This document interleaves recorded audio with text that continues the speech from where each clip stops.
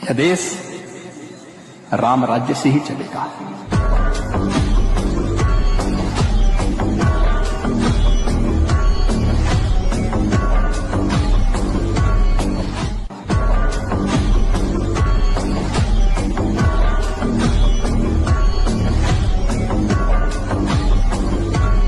के बाद कांग्रेस को देश की जनता जनार्दन पूरी तरह ठुकरा देगी।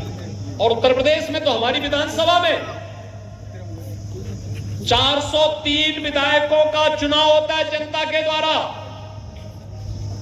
कांग्रेस को उत्तर प्रदेश की जनता ने कितनी सीट दी मालूम है?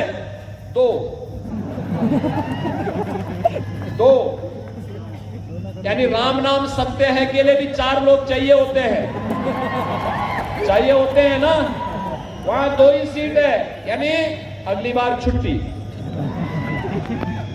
अभी आप देख रहे होंगे कांग्रेस के लोग हिम्मत ही नहीं कर पा रहे यूपी में चुनाव लड़ने का, सब भागे फिर रहे हैं। और बहनों और भाइयों, मैं आपसे यही कहने के लिए आया हूं, अब अंतिम उपाय उन्होंने क्या प्रारंभ किया है? अंतिम उनका उपाय वही है कि हिंदू समाज को फिर से बांटो। जाति के नाम पर बांटेंगे, जातीय जनगणना के नाम पर आपको गुमराह करेंगे। 65 वर्षों तक क्या कर रहे थे पूछा जाना चाहिए। फिर जातीय जनगणना के आधार पर हिंदू समाज को खेमों में बांटेंगे और फिर खेमों में बांटने के बाद आपस में लड़ाएंगे। आपस में लड़ने के बाद फिर आपके हिस्से में चुपचाप डकैती डाल करके आपका हिस्सा काट करके आरक्षण का हिस्सा, ओबीसी को मिलने वाला आरक्षण का हिस्सा, ये मुसलमानों को बांट देंगे। कांग्रेस ने यूपीए सरकार के समय यह षड्यंत्र किया था। संजय काका पाटिल तब भी हमारे साथ सांसद थे और हम साथ साथ इसका विरोध करते थे कि कांग्रेस को यह षड्यंत्र सफल नहीं होने देना है। इन्होंने तब भी किया था। पहले रंगनाथ मिश्रा कमेटी गठित करके ओबीसी को मिलने वाले 27% आरक्षण में इन्होंने कहा था 6% आरक्षण ओबीसी का काट करके मुसलमानों को दे दो। भारतीय जनता पार्टी ने विरोध किया था, कहा था हम अपने हिंदुओं का आरक्षण किसी भी ऐसे लोगों को नहीं देने देंगे जिसका विरोध बाबा साहब भीमराव अंबेडकर ने किया हो। बाबा साहब भीमराव अंबेडकर ने कहा था कि देश के संविधान को धार्मिक आधार पर नहीं बांटा जा सकता, धार्मिक आधार पर आरक्षण नहीं दिया जा सकता। कांग्रेस के लोग बाबा साहब भीमराव अंबेडकर का अपमान कर रहे हैं। सच्चर कमेटी गठित करके कांग्रेस ने यह प्रयास किया था कि मुस्लिम समाज की कुछ जातियों को दलित में शामिल करके दलितों के अधिकारों पर भी डकैती डाली जाए। भारतीय जनता पार्टी ने तब भी विरोध किया था, कहा था ये बाबा साहब भीमराव अंबेडकर के संविधान का अपमान है और हम बाबा साहब भीमराव अंबेडकर के अपमान का कतई नहीं बर्दाश्त कर सकते। और तब जाकर के अधिकार बचा था। बहनों और भाइयों, अगर कांग्रेस फिर से सत्ता में आ गई तो यह सबसे पहले आपको बांटने का काम करेगी, फिर आपस में लड़ाएगी, फिर आपके अधिकार में डकैती डालेगी। ओबीसी को, अनुसूचित जाति और जनजाति को मिलने वाले आरक्षण पर ये डकैती डालने का काम करेगी, उसको जबरदस्ती मुसलमानों को देने का काम करेगी। यह हम कतई स्वीकार न करें। और इसी की अपील करने के लिए आज मैं आपके पास आया हूं कि महाराष्ट्र छत्रपति शिवाजी महाराज ने हिंदवी स्वराज्य की बात की थी और उस समय, उस कालखंड में, औरंगजेब के समय में उन्होंने यहां पर हिंदवी स्वराज्य की स्थापना की थी। काशी से ही गागा भट्ट एक महापुरोहित यहां आकर के उनका अभिषेक करते हैं और वो परंपरा महाराष्ट्र की आज भी उसी रूप में गौरव के साथ आगे बढ़ती है। पूरा देश गौरव की अनुभूति करता है छत्रपति शिवाजी महाराज पर। और इसीलिए हमारे यहां उत्तर प्रदेश में भी उससे पहले वहां समाजवादी पार्टी जो कांग्रेस की पार्टनर है उसका शासन था। उसने आगरा में एक म्यूजियम बनाने की कार्रवाई प्रारंभ की थी। उसका नाम रखा मुगल म्यूजियम। मैंने कहा क्या इसके लिए क्या मुगलों ने पैसा दिया है क्या?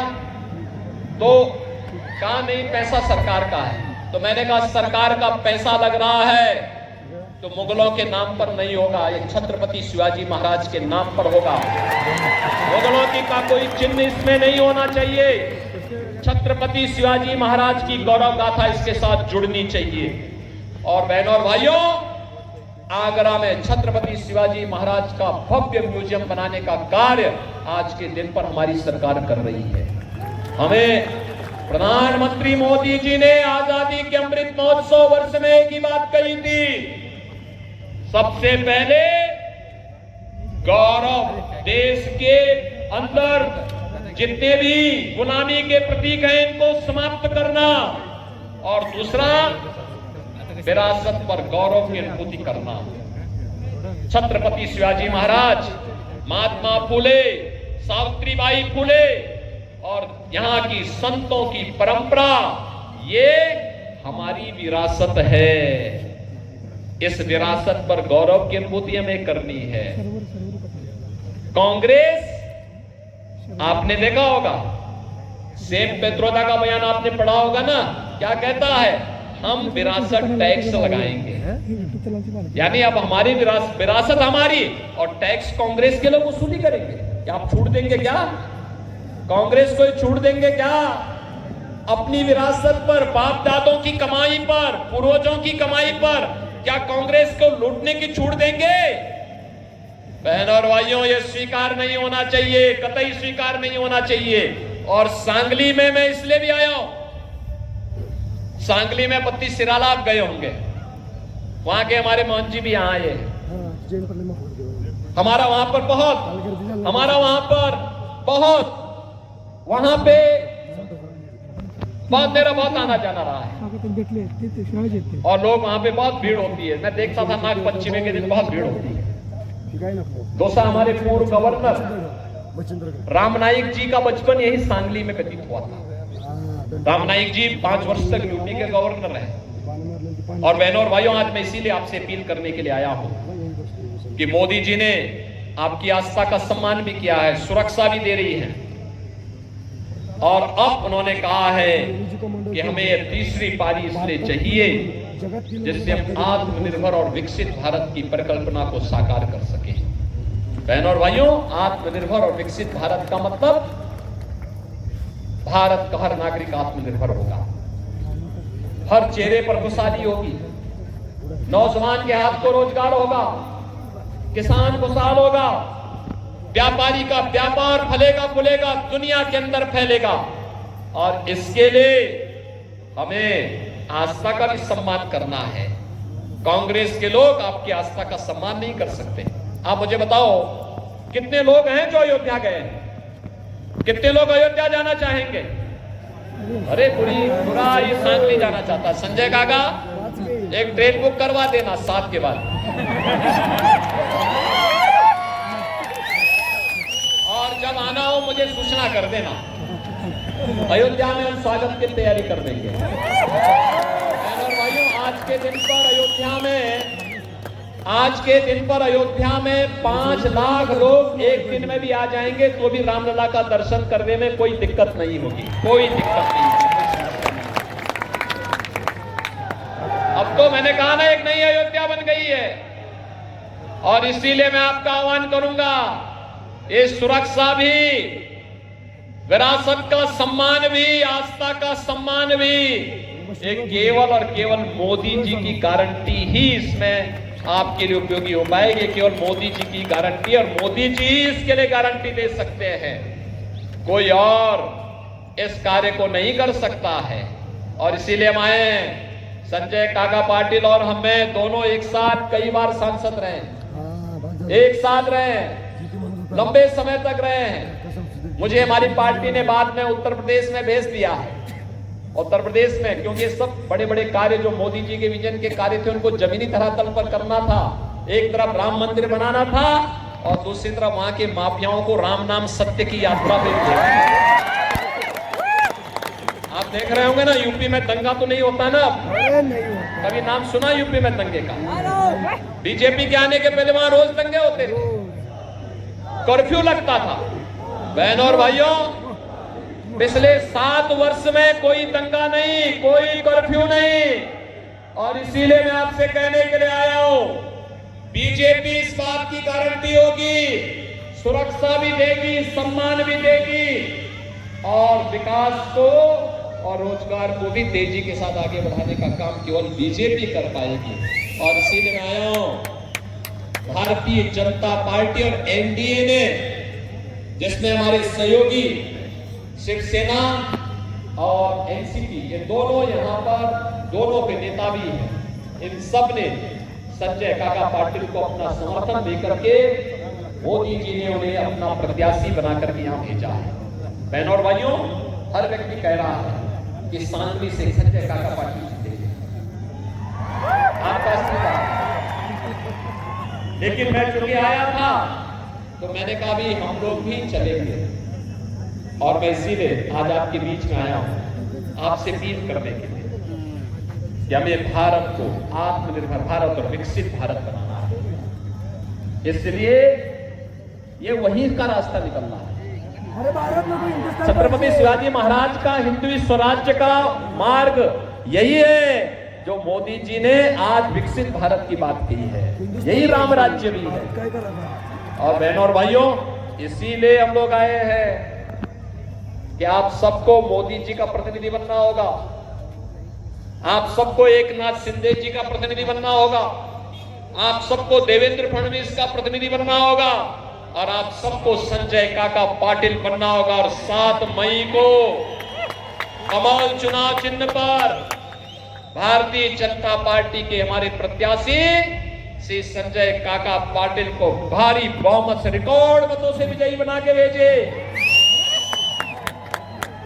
सांगली के विकास के लिए, महाराष्ट्र की विशेष परियोजनाओं के लिए और मोदी जी के विकसित भारत की संकल्पना को आगे बढ़ाने के लिए संजय काका पाटिल सांगली में आवश्यक हैं। सहमत हैं? सभी लोग सहमत हैं? सभी लोग सहमत हैं? तो सब मेरे साथ बोलेंगे, भारत माता की जय, भारत माता की जय, भारत माता की जय, वंदे मातरम, वंदे मातरम, वंदे मातरम, जय श्री राम, जय श्री राम, जय जय श्री राम, जय श्री राम, जय जय श्री राम, जय श्री राम। धन्यवाद। महाविजय संकल्प सभा आभार व्यक्त करते सगळी गेल्यावर जाऊया आरामात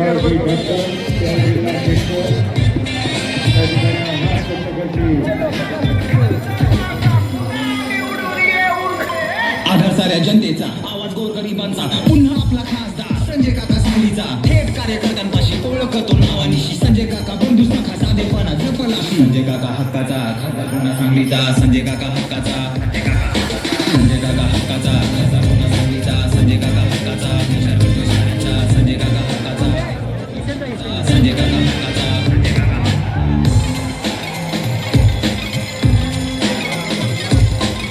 जतपर्यंत आणलं म्हैसाळाचं पाणी, नंदनवन फुलवते कंदुमाळ राणी, डाळिंबन समृद्धी आणि घरोघरी, द्राक्षमळ्या केलं माझा बळीराजा भारी, संजय काका हक्काचा खासदार पुन्हा सांगलीचा, संजय काका हक्काचा, संजय काका हक्काचा खासदार पुन्हा सांगलीचा, संजय काका